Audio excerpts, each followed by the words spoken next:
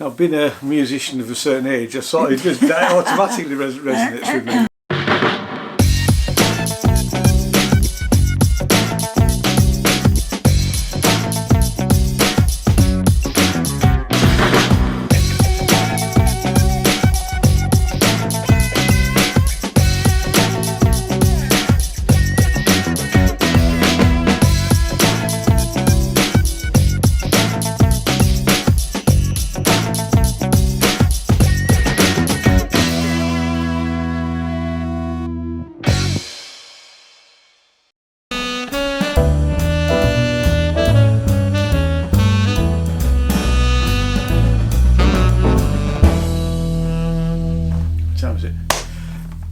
I was going to say good morning. Good afternoon, YouTube. I was going to say good morning, but it's good afternoon, YouTube. I'm Ian, this is Jane. If you've not seen us before, we've been reviewing lots and lots of shows at Edinburgh Festival Fringe. We were there for 12 days. We're now back in Yorkshire, and we've been trying to do a show every day. And we're getting towards the end of the festival now, because it finishes on the 30th. But a couple of days ago I was contacted by Lynn, a theatre director in San Francisco, about whether we'd want to review her play. And we said yes, we would, because we would like to try and do that thing if we can. She'd obviously looked at our stuff because she knew as a musician, and she said that it might resonate with us. And it's called Three Chords and the Truth. Do you want to read the bit of blurb? I will. It's only rock and roll until it isn't. Vincent is a charismatic but obsessed musician trying to make lightning strike twice after a youthful near miss with fame when his band the Blowholes get invited to record with the famous producer. The stage reading of this both funny and tragic play, a semi-finalist for the Bay Area Playwrights Festival and Berkeley's Reps Workshop, features a global multiracial cast with roots at the Royal Conservatoire of Scotland, catchy indie rock music, and asks the question, what would you give for another bite at the golden apple? Now, being a musician of a certain age, I sort of just that automatically resonates with me. I watched about the first 30 seconds of the play, and then I emailed Lynn and said, is this, because she sent us a link to watch it, because we couldn't see it through the Fringe thing, and I wanted to make sure that this was the actual play that people were seeing, and it is, and it's what's called a stage reading. Now, if you've never seen a stage reading, and we've never seen a stage reading before as like this, no, I mean in the sense that it's described as that's what it is, which is great because we know. Yeah, I mean, had we not known that, there might have been a slight confusion.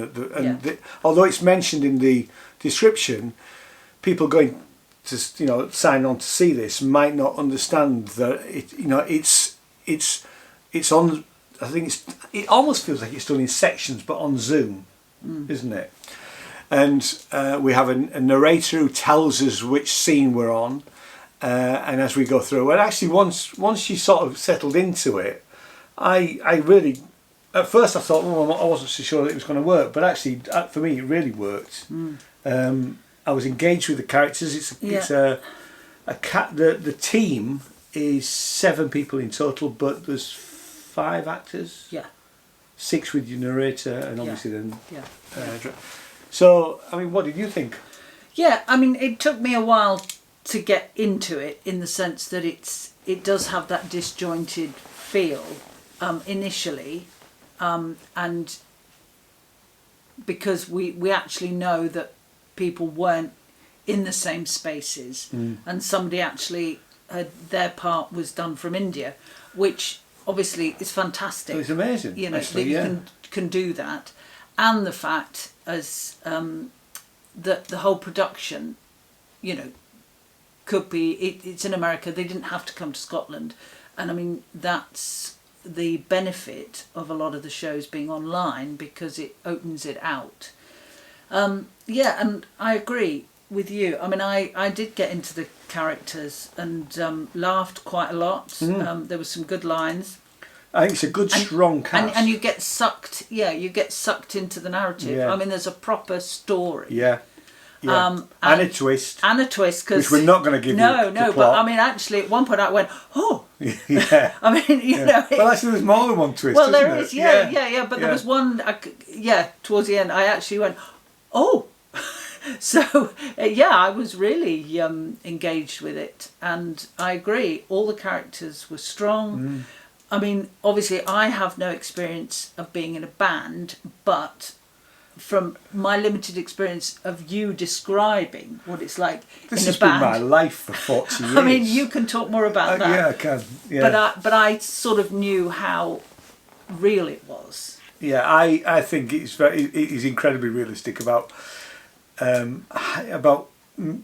people in bands, musicians wanting to make it as such, and striving to get that elusive record deal, and having been in that, not giving you my complete history, that's a whole other video, but having been on the cusp of being signed to a major record deal in the 80s and having set out gigs and joining a band and all of that sort of stuff that was about to make it and then didn't, it really did resonate. I did wonder about that. Yeah, you know. Yeah. I mean, and we did make the eponymous album, which is still out there. You know, so it felt very real to me. Yeah, and it was a good story. I mean, yeah. you know, it's an hour and a half production, which is slightly longer than a lot of the online stuff, and even the shows, you know, the in-person shows.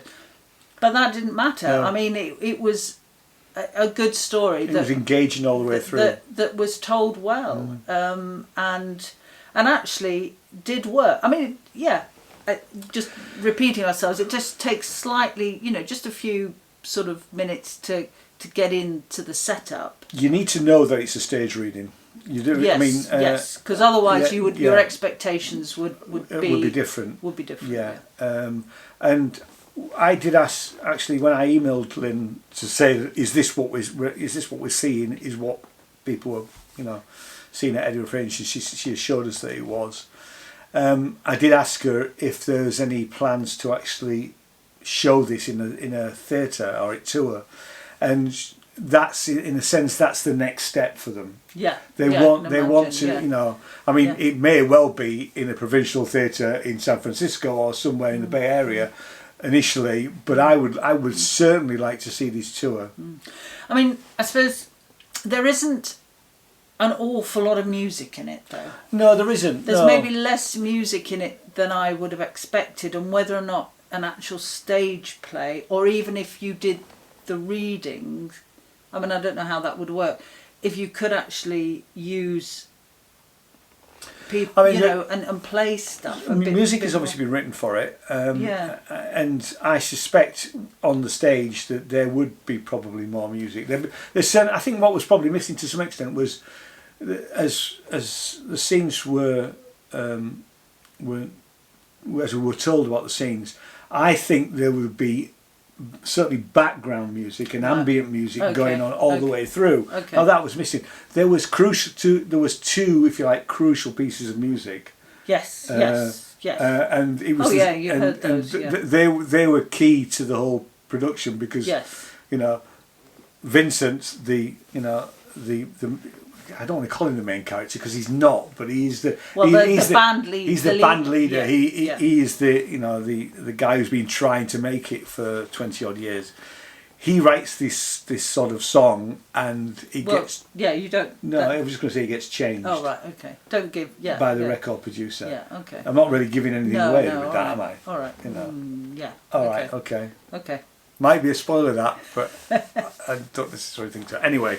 So yeah, I think if it does get into a theatre, which I really hope it does, that it will have more, and there'll be all the other things that goes on with it being a theatre production. Yeah. I mean, the Times just sort of slightly going in a different direction. We liked the bits where people were handed things. Oh yeah. There was about 3 or 4 times like. Because one point says you're cold, and he passes a a coat to a jacket to Jane, and she then puts it, and somebody passes a phone and all things. Yeah. That was quite nicely done. We like that. Yeah, it was. Yeah. So I thought it was excellent, really. Yeah. And Yeah. anything else? No, I don't think so. You can see it until the end of the Fringe. I don't know how much it costs. Let me just check.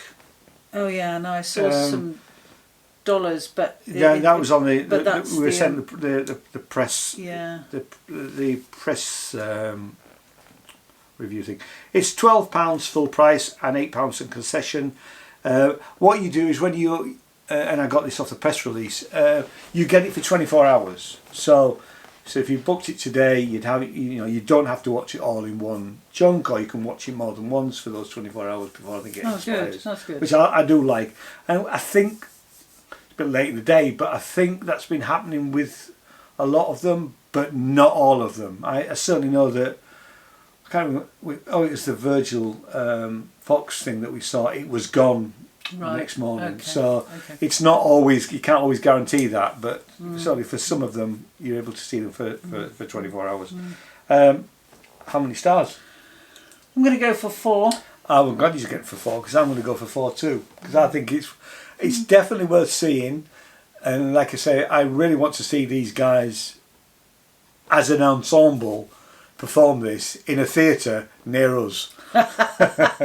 So at least come back to Edinburgh next year, because if you bring it back to Edinburgh next year, we'll definitely come and see it again. Absolutely. Because I thought it was superb. Yeah, absolutely. And yeah, so great. Thanks so much for watching. You know what to do with the YouTube thing. We'll be back again for some more fun and games tomorrow. Okay. Cheers now. Bye bye. I enjoyed the concert as well. Oh God. Yeah. Sorry. You were all. I drove up from Boston. That's a hike. Yeah, but when you have a chance to see Vincent Gavin, you take it. And the Blowholes. Blowholes without a car. I emailed you once about my band opening for your band sometime. Sorry if I missed that. You're shivering. Do you want my jacket? Thanks. What's your name? Nick. Nick Drew. I'm Jade, and this is Andre.